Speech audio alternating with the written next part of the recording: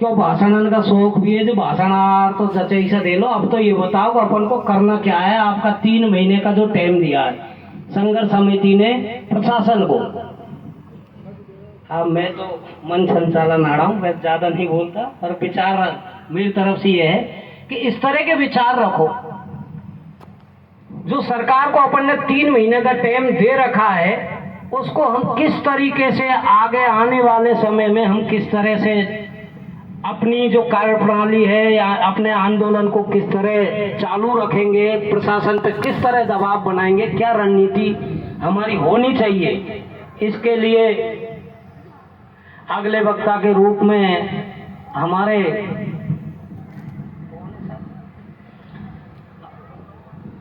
लेखराज जी नीम झाड़ी से ही स्टार्ट कर देते हैं। लोकल भी व्यक्ति है, थोड़ा सा बता देंगे लेखराज जी।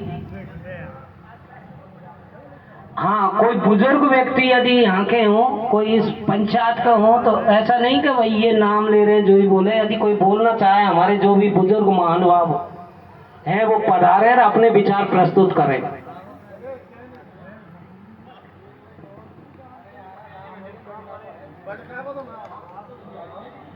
हाँ, जो भी हमारे महानुभाव है, हमारे बुजुर्ग हैं, जो भी अपने इस विषय पर कोई 2 शब्द कहना चाहे, विचार रखना चाहे, वो पधारे।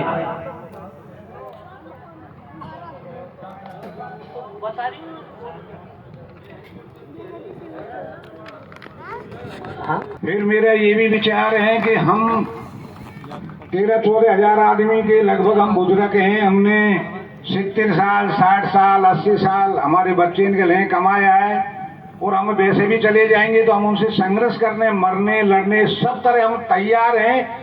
हमारे जो भी बच्चे हैं, नए युवक हैं, उनसे कहेंगे बेटे तुम सब पीछे रहो हमारे, वो तुमसे पहले हम ही मर लेंगे, हम ही निबेट लेते हैं इन लोगों से। ये सारा रफा दफे हम ही कर जाएंगे, इनको पीछे ऐसा कोई झगड़ा नहीं छोड़ जाएंगे।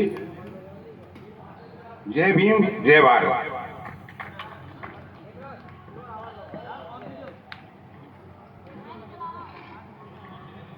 हमारे पटेल जी के द्वारा बहुत अच्छा उद्बोधन। कम से कम एक बुजुर्गों ने अपनी युवाओं को एक प्रेरित तो किया है कि भाई हमने बहुत जी लिया, बहुत कमा लिया, और हम इस डोंगरी बांध के ऊपर चाहे मर मिटेंगे पर हटेंगे नहीं। और इसी के बीच हमारे अगले वक्ता के रूप में है लेखराज जी नीम झाड़ी।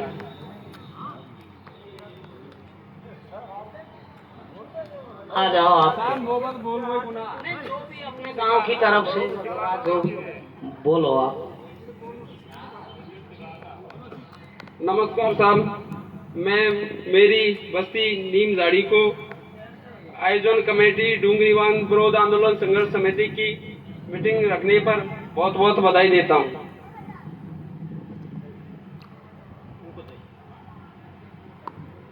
बहुत अच्छा लेखराज जी। अब अगले वक्ता के रूप में हमारे अमर सिंह जी बाडोड़ा भाई साहब।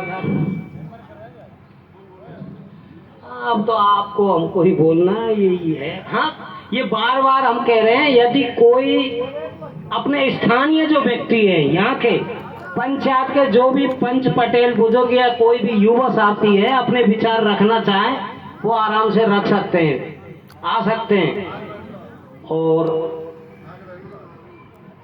इसके बाद कमलेश जी डूंगरी है, भरतलाल जी मीना गोवर्धनपुरा है। आप रख दो विचार पर बोलना। अब आप हमको ये बोलो।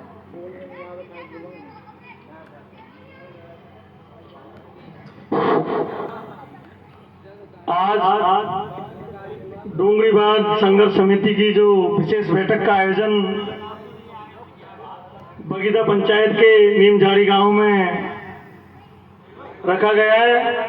सबसे पहले मैं नीम झाड़ी बस्ती और यहाँ की जो डूंगरीबाग संघर्ष समिति की जो कमेटी है गांव की, उसको छोटे भाई लेखराज और एक योगी भाई, उनको दोनों को धन्यवाद देना चाहता हूँ कि उनकी पहल से आज यहाँ इस गांव में मीटिंग रखी गई है।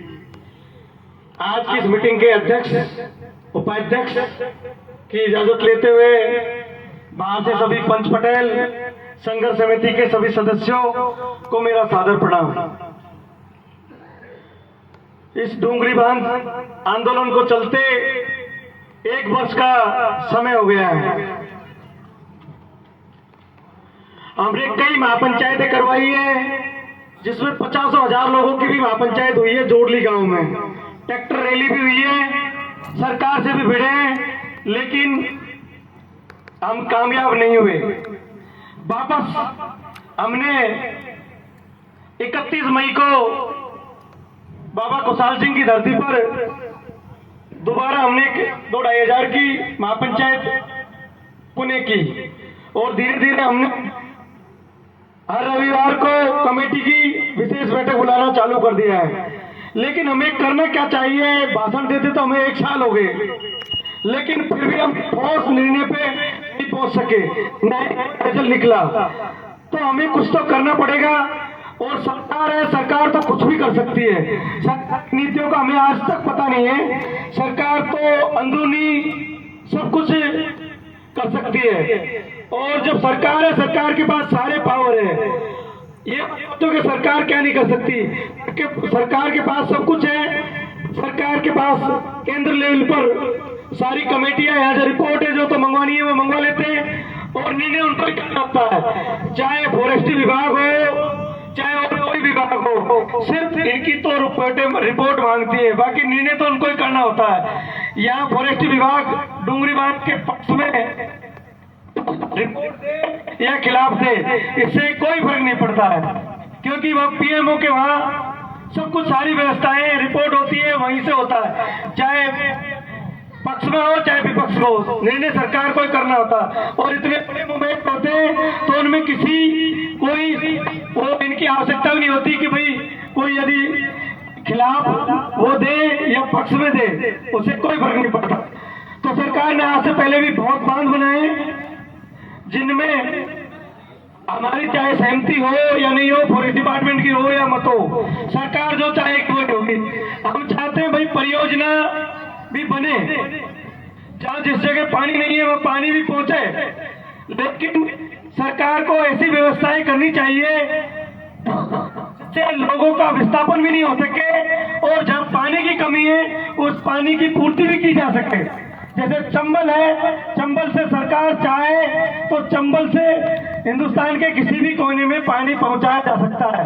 उसके लिए लिफ्ट योजनाएं हैं, और पूर्व की सरकारों ने भी पानी की जो व्यवस्था की थी, और जो ये आरसीपी के तहत जो व्यवस्था है वो नहीं था उस व्यवस्था के अंदर, उसमें सिर्फ चंबल से लिफ्ट के जरिए पानी पहुंचाना था। हमें उस चीज का बिल्कुल भी हम विरोध नहीं कर रहे। सरकार लिफ्ट योजना से पानी ले जा सकती है, हमें कोई आपत्ति नहीं है। सरकार विद्यालय खोले, अच्छी शिक्षा दे, हॉस्पिटल बनाए, जिससे आज इस इलाके में सैकड़ों वर्ष में सैकड़ों डिलीवरियां होती हैं। बेचारी वो महिलाएं सड़कों के अभाव में हॉस्पिटल नहीं पहुंच पाती, और कई प्रसूताओं की जान चले जाती है। तो सरकार रोड बनाए इनके लिए, विद्यालय खोले, जिससे अच्छी शिक्षा मिल सके। हमें बिल्कुल भी ऐसी सरकार की कोई सी भी परियोजना है जो विकासशील है,